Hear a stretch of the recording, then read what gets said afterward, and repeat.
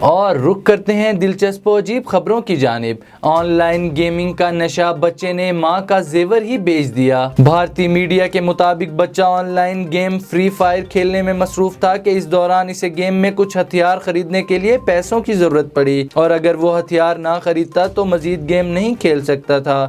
Game update کرنے کے لیے بچے نے پہلے اپنے والد کی جیب سے کچھ پیسے نکالے جو پورے نہ تھے۔ بعد ازاں اس نے اپنی ماں کی سونے کی چین چوری کی اور اسے 20,000 روپے میں فروخت کر دیا۔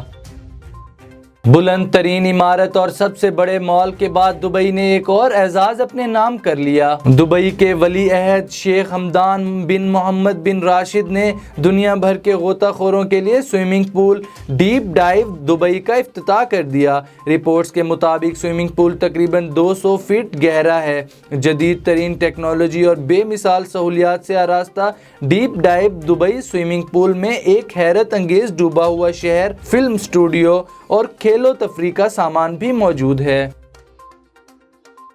کرونا وبا کے دوران دنیا کا سب سے مہنگا برگر تیار۔ چین سے تعلق رکھنے والے ایک شہری نے مختلف لوازمات سے سجا گولڈن بوائے برگر تیار کر کے دنیا کے سب سے مہنگے برگر کا ریکارڈ توڑ دیا۔ غیر ملکی میڈیا کے مطابق برگر کی قیمت $6,000 ہے، جسے ایک ریسٹورنٹ ڈی ڈالڈن کے سربراہ رابرٹ جین ڈی وین نے تیار کیا ہے۔